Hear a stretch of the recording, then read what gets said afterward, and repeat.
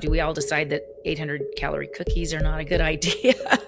I feel like that could happen with this one, but I think if I'm the owner, that's what I'd be worried about. That's why I would consider selling, is I don't know how long this ride is going to last. So I wonder if Crumbl is one of those ones where they limit the number of stores you can own. Because I think that's our fundamental question. Like, why is this on BizBuySell? Episode of Acquisitions Anonymous. Hello, another episode of Acquisitions Anonymous. We don't have 100% beard anymore.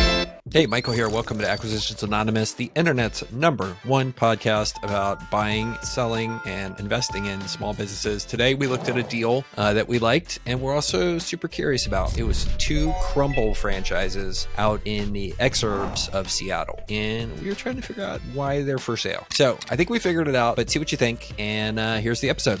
This episode of Acquisitions Anonymous is sponsored by Acquisition Lab. Acquisition Lab and their team, they've been longtime supporters of the pod, and they provide a really great service for people who are looking to acquire a business. So it's created by Walker Dybel, who's become a friend, the author of Buy Then Build, How to Outsmart the Startup Game. So Acquisition Lab's an accelerator with a highly vetted, cohort-based educational and support community for people who are serious about buying a business.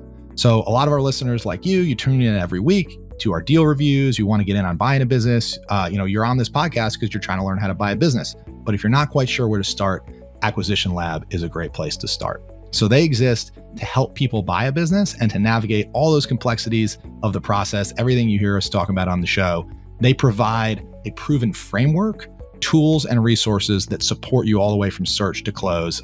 They do it. There's a whole bunch of educational material and support. So if you're serious about buying a business, check out acquisitionlab.com, or you can actually email the program director, Chelsea Wood, directly. Her email is chelsea@buythenbuild.com. Okay. All right. So today we're trying an experiment, Heather. By the way, it's just you and me. And we are live streaming to our Acquisitions Anonymous Twitch account, our Twitter account, and our Acquisitions Anonymous YouTube account. So far we have exactly 0 viewers. So it's going great. Okay. So it doesn't matter how I look. I hear I did my hair, for nobody. Okay. Well, people are going to watch it. So we'll see what happens. Okay. Well, cool. How are the end of year closings going? Are you ready to strangle anybody? No, I have not needed to strangle anyone today. Everyone's been on their best behavior, trying their hardest to get their deals done and wrangled through, but still in the heat of it. It's only the 10th of December. We still have a few days left to try to get some deals closed. So it's pretty intense. Yeah. Well, congratulations on a great year and best of luck. Thank you. You know what I'm excited about?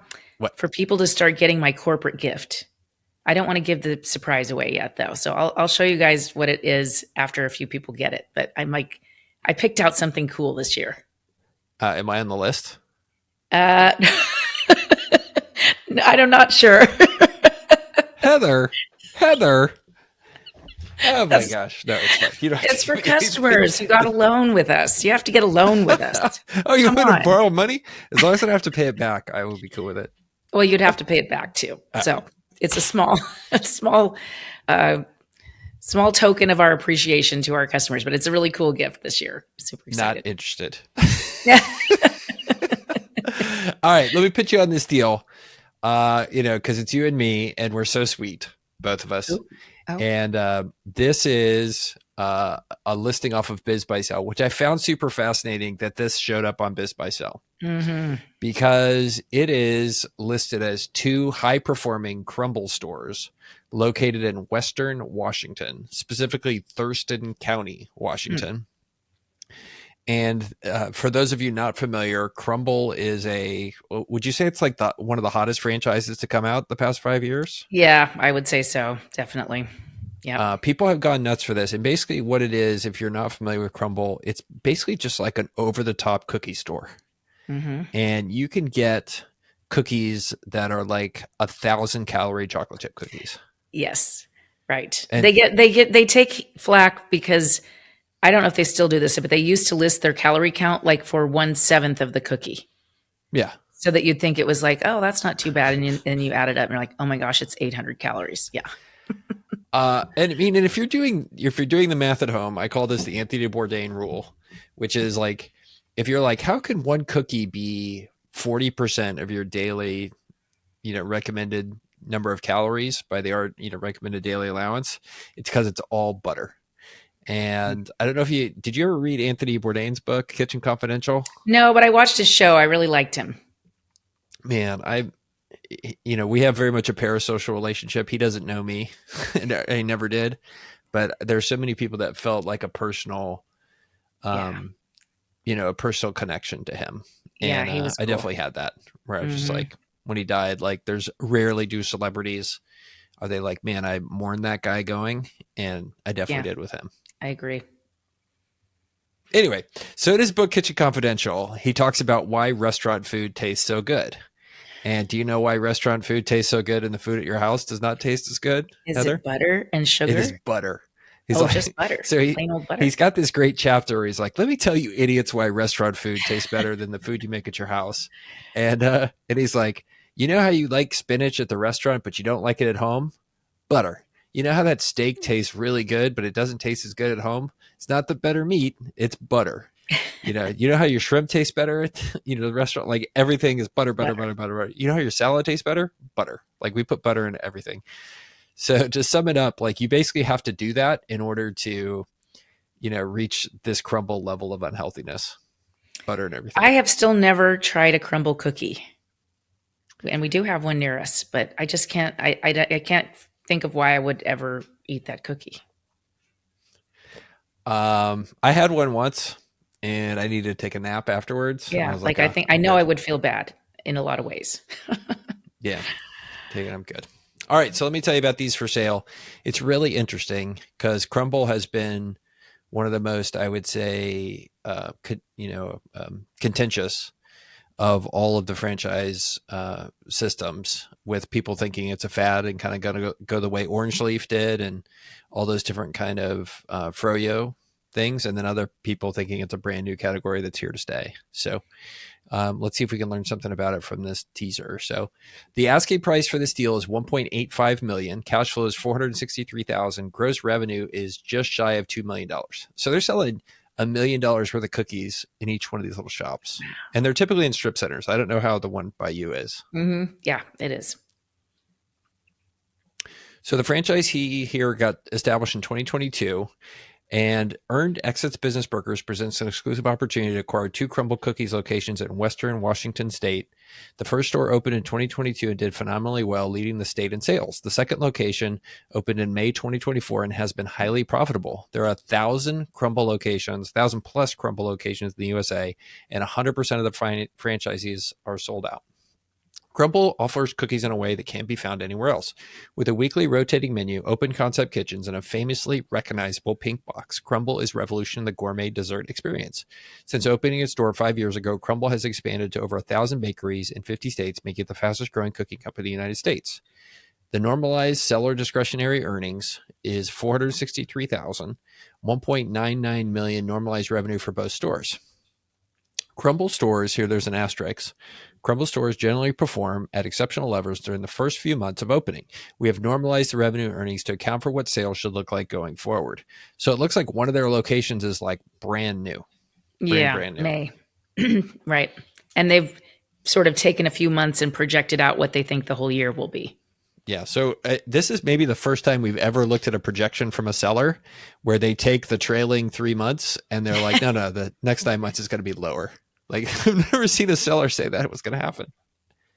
Well, I guess they're being honest. A brand new store opening, they know that there's sort of a spike and then there's a flattening, and I guess they're being honest about that. But with this being, such a hot franchise, such a hot concept, why are they selling? And like to your point earlier, why are they selling on Biz Buy Sell? Why isn't 100%. there somebody within the Crumbl franchisee group that would want to pick this up if they're doing well? Yeah. So the reason they claim to sell here, the reason for selling, is the owners are relocating and are not interested in running the stores remotely.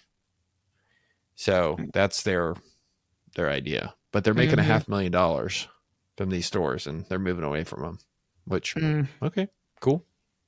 Yeah. I think any hot food concept goes through, an interesting trajectory, right? There's this great growth period. And then there's a cooling off, and then you kind of don't know what happens after that. Does it lose favor? Does something else come in? Do we all decide that 800 calorie cookies are not a good idea? I feel like that could happen with this one, but I think if I'm the owner, that's what I'd be worried about. That's why I would consider selling, is I don't know how long this ride is going to last. Yeah, and they say Thurston County, and they have 2 stores, and it turns out Thurston County is down in Olympia, Washington, which is kind of, if you know Seattle, right? It's Seattle, and then you work your way south to Tacoma, and then Olympia is just further south before kind of civilization ends. It's the last of kind of the exurbs of Seattle that's down this way. And it looks like they have a store in Lacey, which is the next town over, and then Olympia. And it's an MSA of about 250,000 people. Okay. So it's probably can't grow too much. It's probably found its market, and it's probably going to stabilize a little bit around where it is, or even lower if the concept loses favor. I've read about these on social media, always having these huge lines out the door. And I will tell you, the one near me, I don't think I ever saw a line. Yeah. It never had that kind of popularity. It's just kind of there. And, I'm sure it does okay. But I think there are certain locations where there's just a lot of excitement. Maybe there's nothing similar around, or I don't know how they do it, but they do get, very big openings, I think, these stores. Yep. One cookie, guess I pulled up their menu for this location. Guess how much one cookie is? Is it $4? $5. Oh, $5 for a cookie. Yeah. I mean, there's a lot of calories. I mean, There's you're a paying big for $5. cookie. You're basically paying. It's like a little cake. 0.4 cents a cookie or a calorie. Yeah. These guys, look, they've got pictures with crowds. There's no joke here. Look at this cookie. Whoa. I would totally The whole box. It's one. Yeah. The cookie fills up the entire box. They're huge. I know my kids like them, and they keep telling me to try them. I'm like, no way. Not unless you're eating most of it. You're just giving me a tiny taste. I don't want you to put one of those in front of me, because I would eat it, and I don't want to. Yeah, man, they have a lot of photos. I mean, and something I will say positively about these stores, you look up the reviews. The first store, which looks like the Lacey store, has 1,300 reviews since it opened 3 years ago. That's substantial. And I can click on this, but most do not look like they're fake. Yeah. And then the Olympia one appears to be new. Well, and kind of picture. I can't pull it up. I don't think I am allowed to pull it up right now, but I have access to Lumos data, which takes the SBA data and puts it in a usable, tables, and basically they use Tableau to do that. And you can look up franchise concepts. So you can look up, and you could see how many Crumbl franchisees have received an SBA loan, and how they're performing, where they are, what banks have done them. So, I mean, that's probably, if I'm considering buying something like this, that's the first kind of data set. It's independent of the franchisor. There's a data set of, yes, it's only going to capture those franchisees who've used debt, but it will give you a pretty good idea. Are they at least performing on their debt? Have there been any defaults? That's kind of the first thing, of course, I think of as a lender, is how can we use that publicly available SBA data to tell us something about this concept. Hi, Heather here. When I'm not breaking down deals with these guys, I'm helping people get the right SBA loans for their business acquisitions. Because when you're buying a business, the best financing isn't one size fits all. There's the best rate, fastest to close, the specific loan structure that you need, or a little of all of those things. That's why my company, Viso Business Capital, works with over 30 different lenders to find you the best funding in less time and with less friction, so you can focus on the deal. Sign up for a free live Q&A session on SBA loans at visocap.net, then click Zoom sign up in the top right corner. That's visocap.net, and click Zoom sign up. Yeah, it's such a good data point. And that's through Lumos, you said?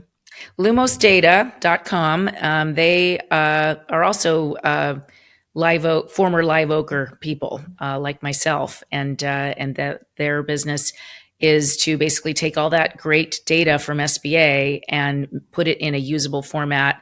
They also create some data products for banks to assess risk. How risky is this loan? And they use that data plus some AI, and it's fantastic.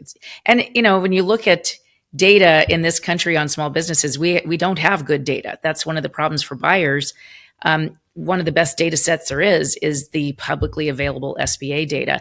But before Lumos, you had to go Freedom of Information Act, request it, and get this giant database, and have the skills to kind of parse through that, which most people don't have those skills. I don't.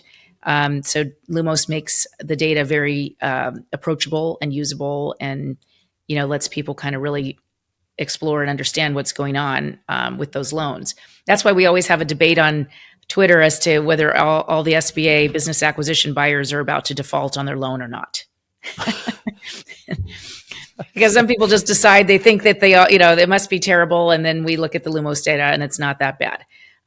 But at least we have real data, and outside of the SBA loan program, we don't have data. Twitter is such a morbid place sometimes.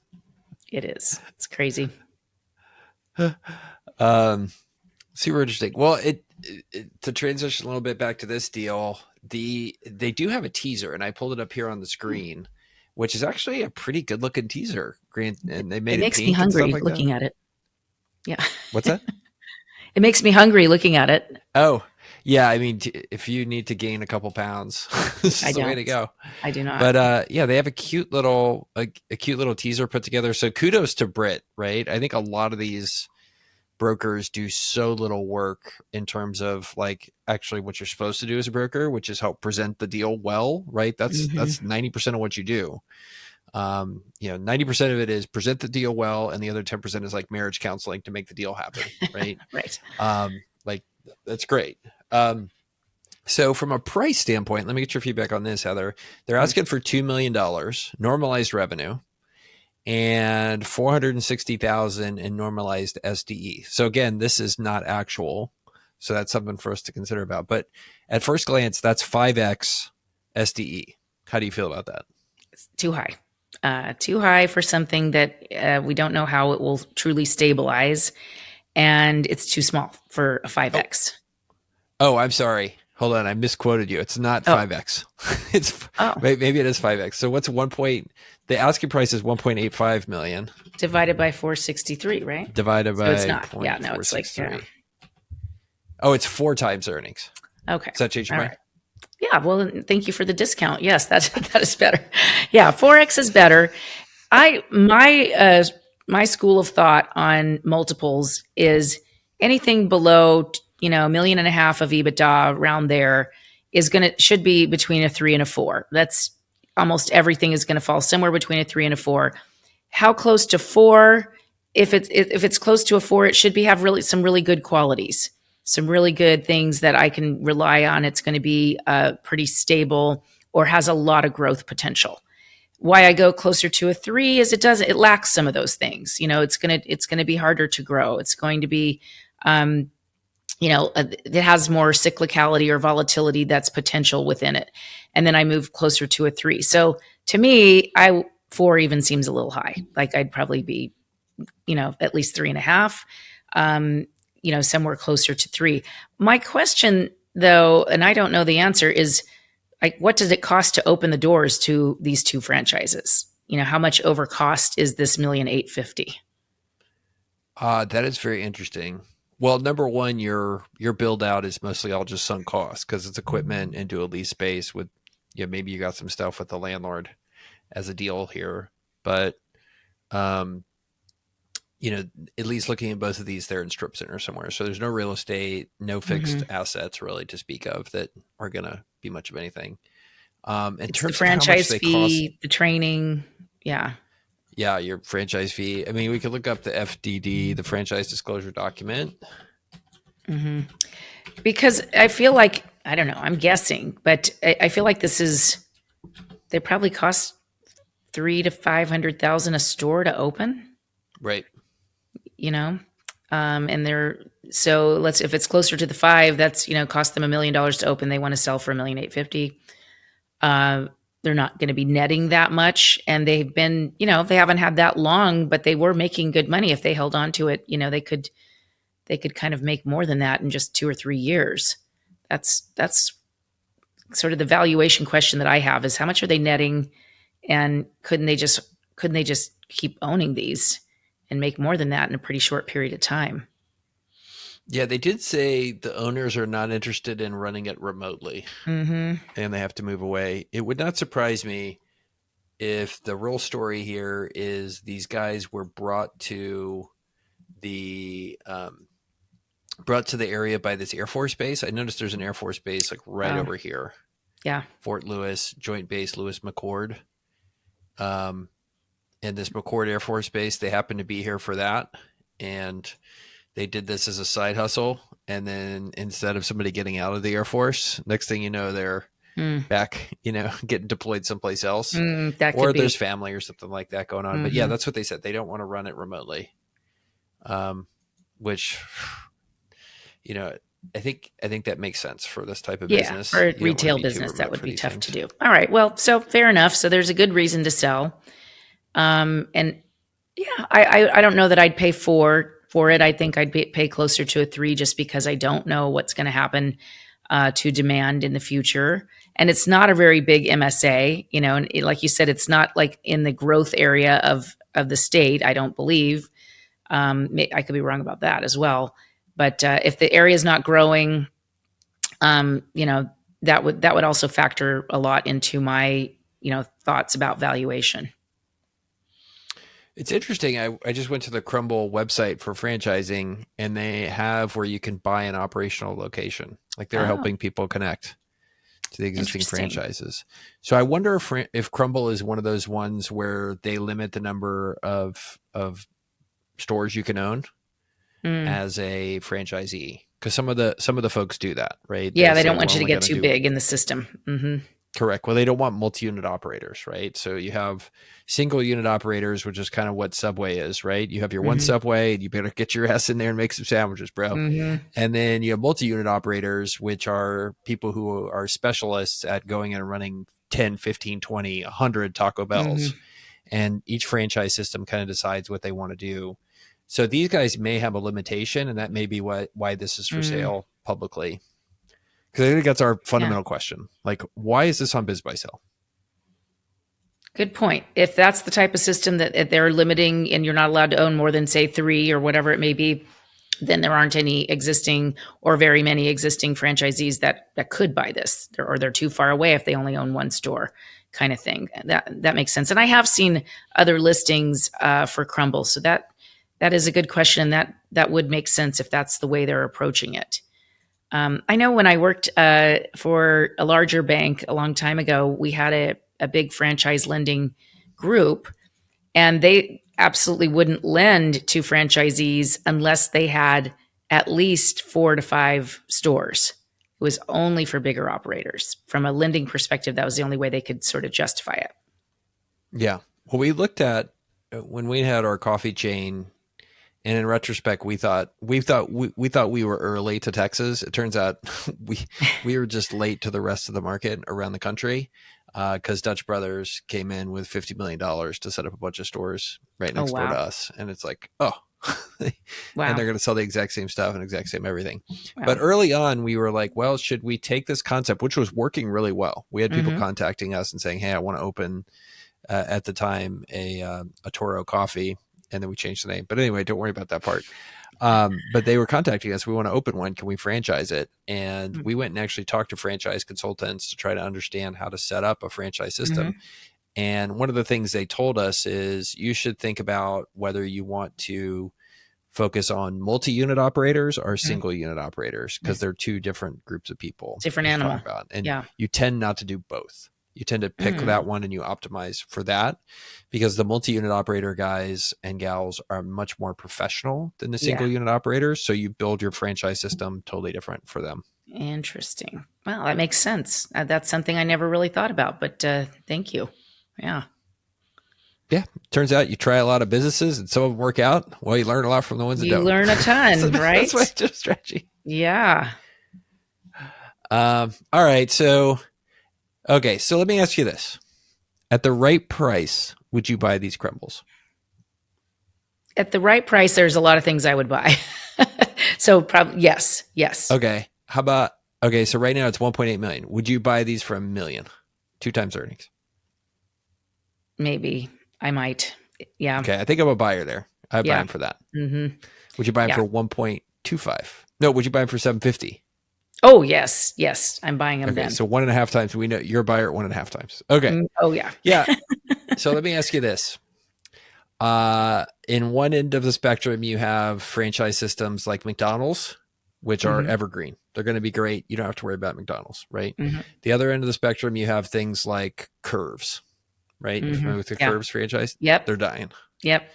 Terminal, at one point they were super popular, but they're dead. Yeah.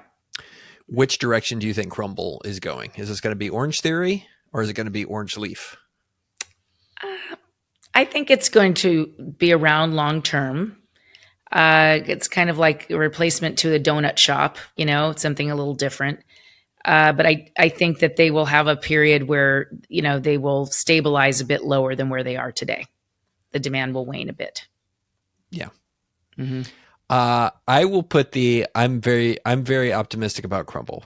And I think I'm very optimistic about Crumbl because I believe their pitch. And their pitch is actually, they are a social community and a tech-enabled cookie shop that has actually truly created a legion of fans that have their things that they really like about them. Kind of like what In-N-Out Burger has done. Everybody has their own like In-N-Out order.